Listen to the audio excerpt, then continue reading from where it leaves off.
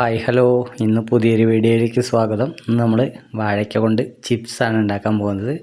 അതിനുവേണ്ടി നമ്മൾ ഈ വാഴയ്ക്കൊക്കെ ഒന്ന് തോല് കളഞ്ഞെടുക്കുന്നുണ്ട്. തോല് കളഞ്ഞത് നമ്മൾ ഇതുപോലെ കുറച്ച് മഞ്ഞൾപ്പൊടിയും കുറച്ച് ഉപ്പൊക്കെ ഇട്ടിട്ടൊരു ലായനി ഉണ്ടാക്കി വെച്ചിട്ടുണ്ട്. അതിലേക്ക് ഇട്ട് കൊടുക്കുക. ഇതിൻ്റെ കറയൊക്കെ പോകാൻ നല്ലതാണ്. നമ്മൾ എടുത്തിരിക്കുന്നത് അത്ര നല്ല കായൊന്നുമല്ല, ഇത് കാറ്റത്ത് പൊട്ടി വീണേന്ന് എടുത്തിട്ട് വന്ന കായയാണ്. അതുകൊണ്ട് തോല് പോകാൻ കുറച്ച് ടൈം എടുക്കുന്നുണ്ട്, എന്നാലും തോല് കളഞ്ഞെടുക്കുന്നുണ്ട്.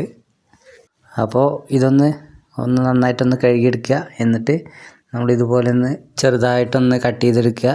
ഇങ്ങനെ നമുക്ക് നന്നായി ചെറുതായി കിട്ടുകയാണെങ്കിൽ ഏറ്റവും നല്ലത് അതാണ്. കൂടുതൽ കട്ടിയായി കഴിഞ്ഞാൽ വേവാനൊക്കെ ബുദ്ധിമുട്ടാവും. അതുകൊണ്ട് ചെറുതായിട്ട് തന്നെ കട്ട് ചെയ്തെടുക്കുക.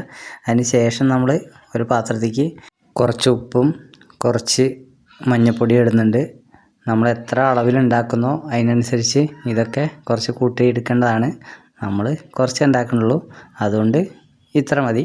എന്നിട്ട് അതിൽ കുറച്ച് വെള്ളം ഒഴിച്ചിട്ട് നന്നായി ഒന്ന് ഇളക്കി യോജിപ്പിക്കുക. പിന്നെ ഉപ്പിൻ്റെ ഒരു ടേസ്റ്റും പിന്നെ നമ്മുടെ ചിപ്സിനൊരു കളറും ഒക്കെ കിട്ടാനാണ് ഇതുപോലെ ഒന്ന് ഫുള്ളായിട്ട് യോജിപ്പിക്കണം എന്ന് പറയുന്നത്.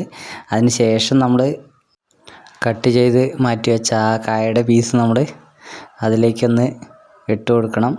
എന്നിട്ട് ഒന്ന് നന്നായിട്ട് ഇളക്കി കൊടുക്കുക. എല്ലായിടത്തും ഉപ്പൊക്കെ പിടിക്കത്തക്ക രീതിയിൽ നന്നായി ഇളക്കുക.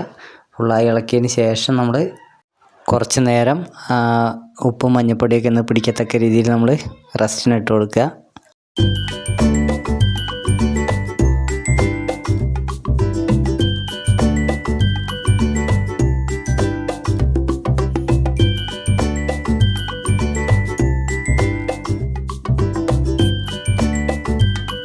അതിന് ശേഷം നമ്മൾ അടികട്ടിയുള്ളൊരു പാത്രം എടുത്തിട്ട് നമ്മൾ വിറകിലാണ് ഉണ്ടാക്കുന്നത്, ഗ്യാസിലല്ല.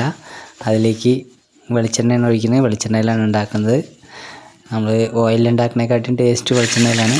എന്നിട്ട് ഇതുപോലെ എണ്ണ തിളച്ച് എണ്ണ ഒന്ന് അതിലേക്ക് ഇട്ട് കൊടുക്കുക.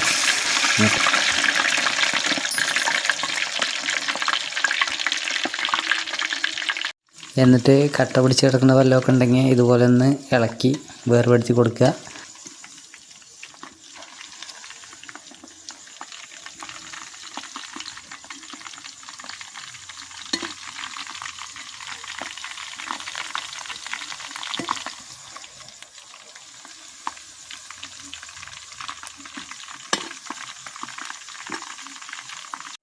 അപ്പോൾ നമ്മുടെ ചിപ്സ് പാകമായി വന്നിട്ടുണ്ട്.